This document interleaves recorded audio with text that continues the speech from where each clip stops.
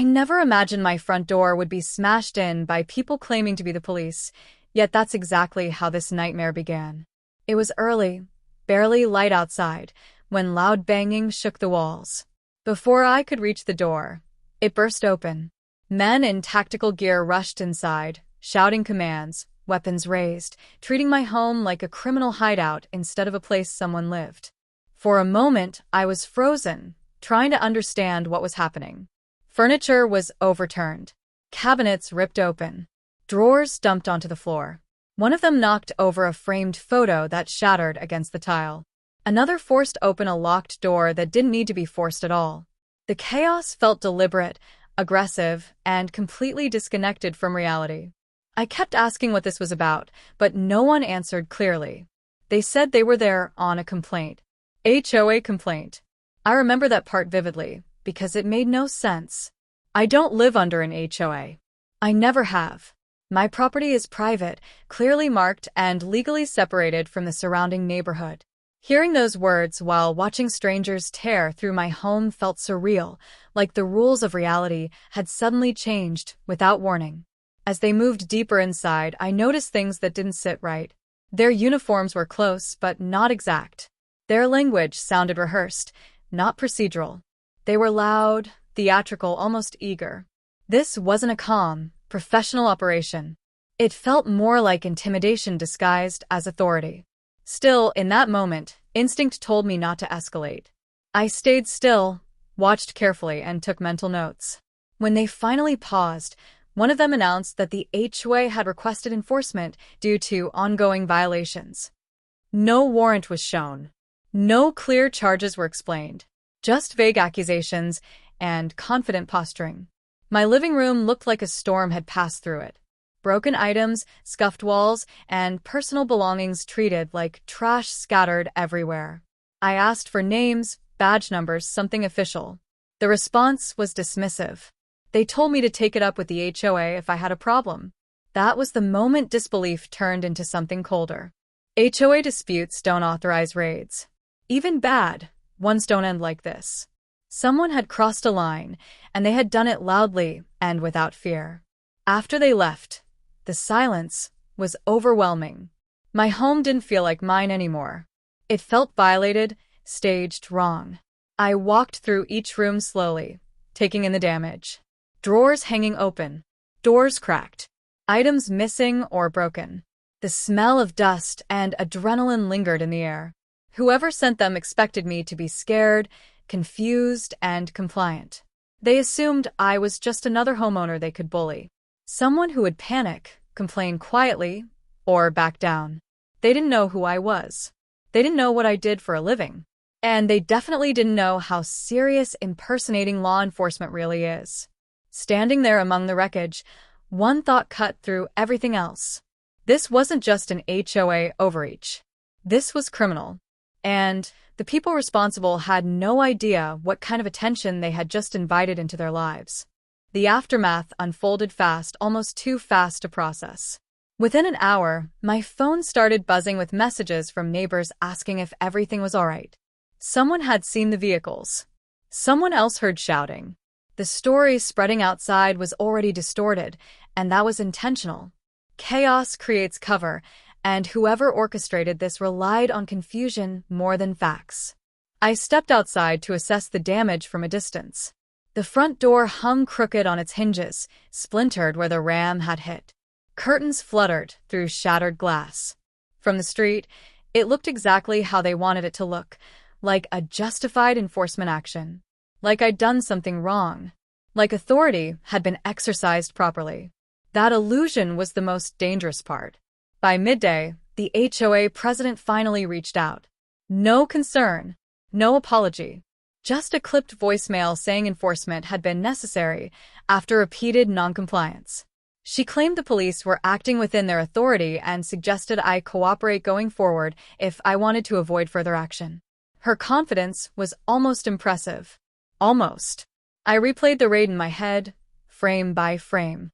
The uniforms, the gear, the way they moved.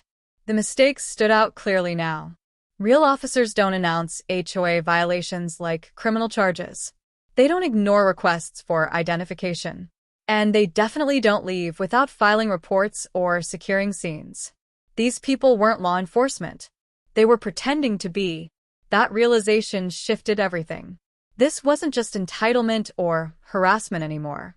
This was impersonation, a felony. And whoever planned it believed the threat of authority would be enough to keep me quiet. They counted on fear, not resistance. They counted wrong. I started documenting immediately. Photos of the damage, video walkthroughs, time-stamped notes of every interaction. I saved the voicemail. I wrote down exact phrases used during the raid. Details matter when lies start collapsing, and I wasn't about to give anyone room to rewrite what happened. As the day went on, more pressure followed. Emails from the HOA citing emergency powers. Messages warning me not to interfere with ongoing enforcement. Each one dug them deeper. They were stacking evidence against themselves without realizing it, mistaking my silence for surrender. What they didn't know was that I wasn't some overwhelmed homeowner scrambling for help. I'd spent years enforcing federal law, working cases built on patterns just like this. Overreach, false authority, abuse masked as procedure. I recognized it instantly once the shock wore off. Still, I kept that to myself. Power reveals itself best when it waits. I let them talk. Let them threaten. Let them believe their performance had worked. Every word they sent confirmed the same thing.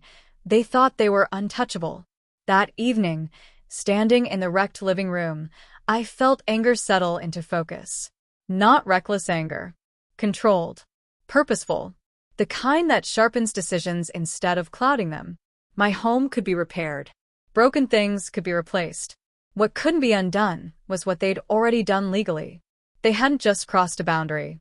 They'd sprinted past it with confidence. And the louder they became, the clearer it was that they had no idea how exposed they truly were. That night was the lowest point, not because of the damage, but because of the isolation that followed it. Once the noise died down and the adrenaline wore off, I was left alone in a house that no longer felt safe. Every creak sounded amplified. Every shadow felt occupied. I slept on a chair with the lights on, not out of fear of them coming back, but because my sense of order had been ripped apart along with my door.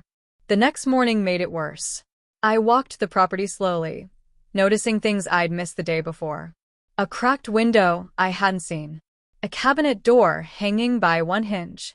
Mud tracked through rooms that should have been private. It wasn't just destruction.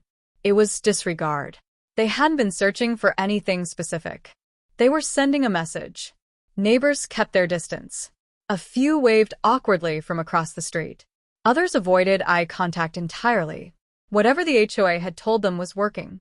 People assume that if police show up, someone must have deserved it. That assumption does most of the damage all by itself. Midday brought another blow. I received a formal notice from the HOA declaring my property under investigation and warning against any repairs that might interfere with evidence. Reading that, standing in my own destroyed living room, something inside me almost gave way. The audacity was staggering. They weren't just unafraid. They were emboldened. For the first time, doubt crept in not about the facts, but about the process. I knew I was right. I knew crimes had been committed. But I also knew how messy these situations could get. HOAs bury people in paperwork. They weaponize time and exhaustion. They make it easier to quit than to fight. Sitting there, staring at that notice, I understood how people lose these battles even when the law is on their side. The lowest moment came when I realized they were counting on that exact feeling. They wanted me tired, embarrassed, quiet. They wanted me to repair the door, clean up the mess, and move on without pushing back. If I did that, the narrative would harden. The raid would become necessary enforcement. The damage would become collateral. And the impersonation would disappear into rumor. I considered briefly how simple it would be to walk away from it. File insurance claims. Replace what was broken. Pretend it was just an unfortunate misunderstanding. That thought scared me more than anything else because it meant they would win without ever being challenged. What stopped that spiral wasn't anger. It was memory, training, Years of watching cases fall apart because someone waited too long or tried to handle things quietly. I'd seen exactly how false authority thrives. It grows in silence and hesitation. Still, I didn't act yet. I needed to be sure. Not emotionally sure, but legally airtight. So I slowed everything down. I reread every note I'd taken, rewatched the videos, listened to the voicemail again, this time focusing on tone and wording. Patterns started to emerge.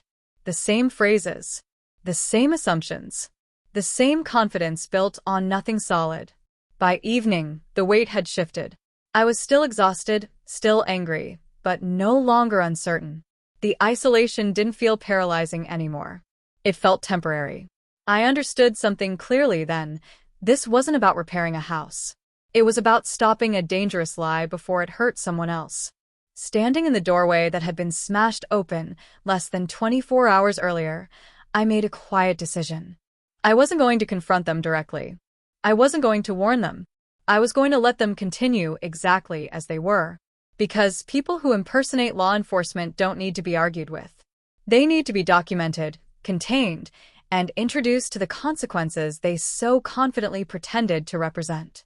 By the following day, everything had slowed into something deliberate.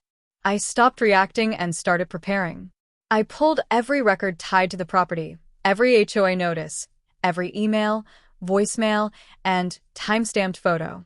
I laid it all out chronologically, not as a homeowner defending himself, but as an investigator reconstructing a crime scene. Once you look at it that way, patterns stop hiding. The first thing that stood out was coordination. The HOA notices referenced enforcement actions that hadn't happened yet. The voicemail mentioned authority that didn't exist. The raid lined up perfectly with their deadlines. That meant premeditation. This wasn't a misunderstanding that spiraled. It was planned, timed, and executed with confidence. The kind of confidence people only have when they believe no one will challenge them. Next came verification. I ran the vehicles I'd seen through internal databases. No legitimate agency markings. No dispatch records. No mutual aid requests. Nothing. Whoever those men were, they weren't operating under any recognized authority. They were contractors at best, imposters at worst. Either way, federal statutes don't leave much room for interpretation when someone pretends to be law enforcement to intimidate a citizen. I contacted the appropriate channels quietly. No dramatic calls. No accusations. Just facts. Dates. Evidence. Names. Descriptions. The response was immediate and controlled. Questions were asked that only real investigators ask. Requests for copies followed. Case numbers were generated. At that point, it was no longer my problem alone. What surprised me most was how quickly the HOA's behavior shifted once pressure came from somewhere they couldn't talk over. Emails stopped mid-thread. The HOA president's tone softened noticeably. Language like enforcement and authority disappeared, replaced by vague phrases like clarification and review. People who are bluffing always change their vocabulary first. Meanwhile, I stayed silent. I didn't repair the damage yet. I didn't respond to their messages. Silence, when backed by action, has weight.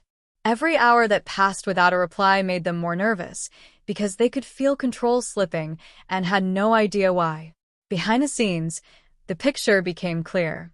The HOA had hired a private security outfit and allowed them to present themselves as police to scare me into compliance. They assumed no one would question it. They assumed I'd be too intimidated or too uninformed to push back. They never imagined the person on the receiving end would know exactly which lines had been crossed. By the end of the week, I was no longer angry. I was focused. Everything was documented.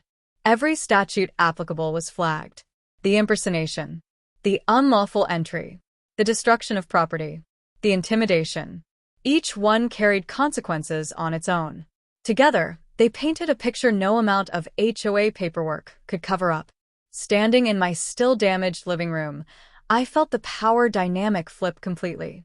Not because I'd revealed who I was, but because the system they tried to fake had quietly stepped in for real. They thought authority came from uniforms and loud commands. They were about to learn the difference between pretending to be law enforcement and answering to it. The end didn't come with another raid or a dramatic confrontation. It came with silence, followed by movement. Unmarked cars started appearing on the street, not flashing lights, not obvious, just presence. Conversations happened that I wasn't part of, doors were knocked on that weren't mine, and suddenly the narrative shifted without anyone announcing it. A few days later, the HOA president tried to call me again. This time there was no confidence in her voice at all. She spoke carefully, choosing words like she was stepping across thin ice.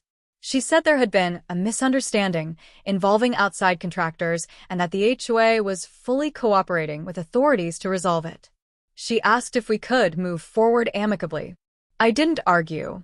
I didn't correct her. I didn't explain anything.